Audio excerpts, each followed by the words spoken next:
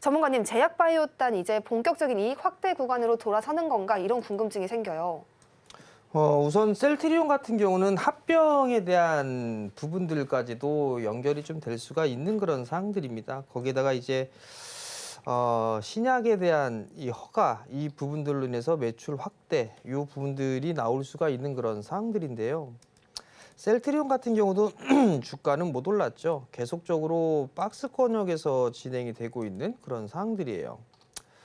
오버슈팅이 나왔다라고 하게 돼 20만 원 살짝 넘어가는 그런 모습들이 나오고 언더슈팅이 나왔다라고 한다면 15만 원 정도대까지 보여주고 있는데 보통 그냥 한 16만 원에서 20만 원 요 사이에 박스권으로 좀 진행이 되고 있는 그런 모습들이에요. 최근 들어 모습은 뭐 실적에 대한 얘기들이 나오면서 오늘 반등이 나와주고 있는 그런 상황들인데 조금 많이 무겁죠. 상당히 좀 무겁습니다. 월봉 차트를 좀 잠깐 보면 월봉 차트는 요 60개월 선이죠. 요 19만 원짜리대.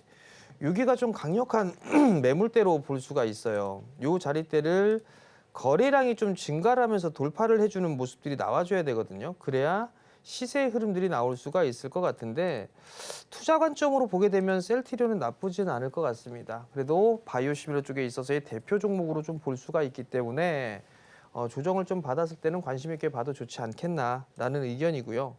알테오젠 같은 경우 오리온 쪽하고 조인트 벤처 설립을 한다. 뭐 이런 얘기들이 좀 뉴스가 돌았죠. 근데 알테오젠이 쉽게 잘 안 빠지죠. 안 빠지는 부분들이 기술 이전에 대한 부분들, 그로 인해서 로열티 수취받는 부분들이 상당히 큽니다. 거기에 따른 기대감이 좀 현재 남아있는 그런 사항들이고 아마 이 계약 관계라든가 이런 부분들이 이제 서서히 좀 나오지 않을까 싶거든요. 그렇기 때문에 그 기대감 때문에 작년 말부터 올해 초까지 계속 좀 말씀을 드렸던 부분들이에요. 요 30만 원 이하로 사도 된다고. 그리고 난 이게 거의 이제 40만 원까지 올라왔죠. 넘어가겠죠. 전 개인적으로 신고가 봅니다. 작년 11월 달에 요 금액 넘어갈 걸로 보고 있고요. 그 이상 상승할 걸로 좀 보고 있습니다. 다만 이제 따라 들어가면 좀 부담스럽겠죠. 40만 원을 가려고 하게 되면 밀리고 40만 원 넘어가려고 하면 밀리는 그런 모습들이 좀 나와주고 있죠. 요 구간대도 마찬가지였습니다. 요 구간대 거의 2달 동안 횡보했죠.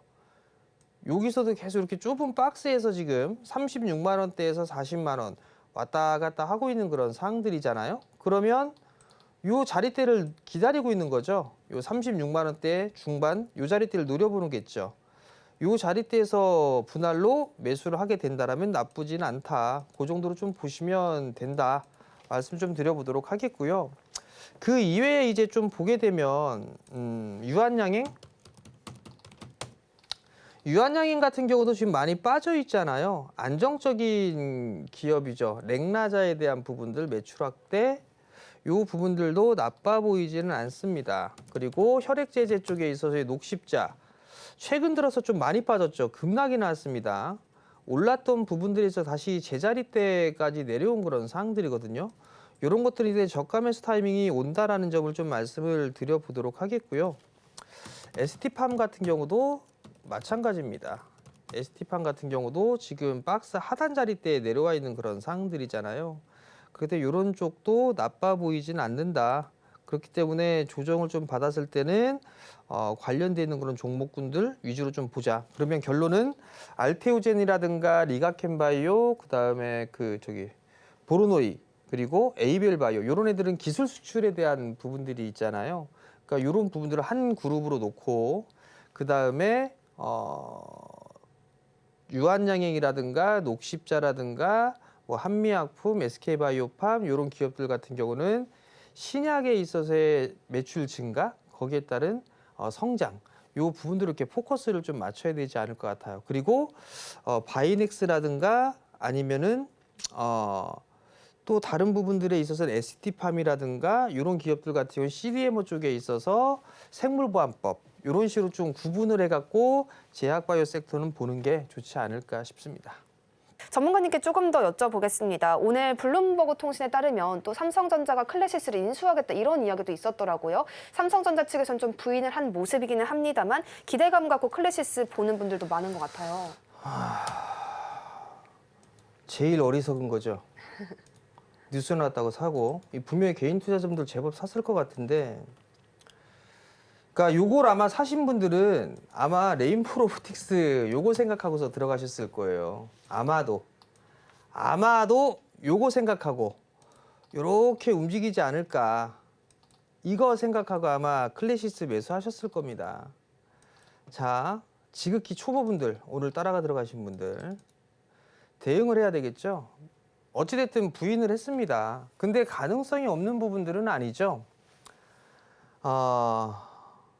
대응을 해야 되는 그런 구간이에요. 지금 구간 자체는.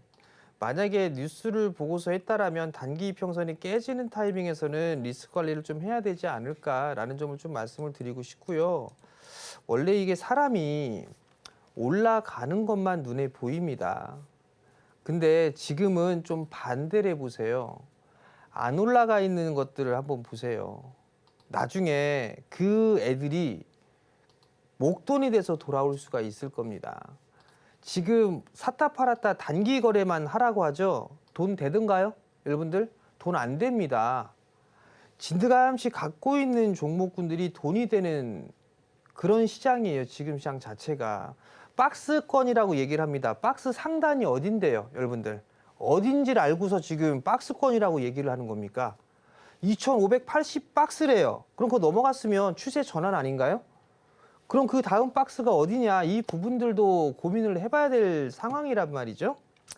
지수는 더 갈 거예요. 그렇기 때문에 많이 올라가고 이격이 벌어져 있는 그런 종목군들, 위쪽으로 이격이 많이 벌어져 있는 그런 종목군들보다는 못 올라가 있는 종목군들이 훨씬 더 좋을 겁니다.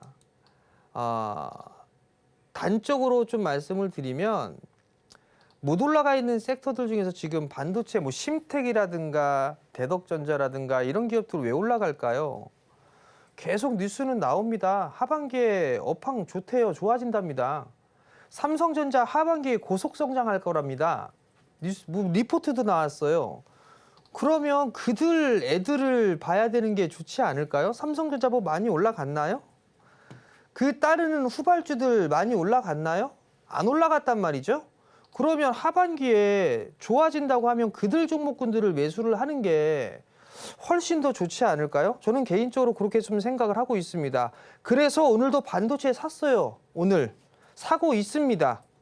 대놓고 좀 말씀을 드리고요. 그리고 2차 전지 저희 가지고 있어요. 아직도 일부 판 거 이외에는. 그렇기 때문에 그런 섹터들 위주로 보는 게 훨씬 더 좋다. 그 점 다시 한번 좀 말씀을 드리고요. 목돈 만들고 싶으면 못 올라가 있는 것들 보는 겁니다. 이상입니다.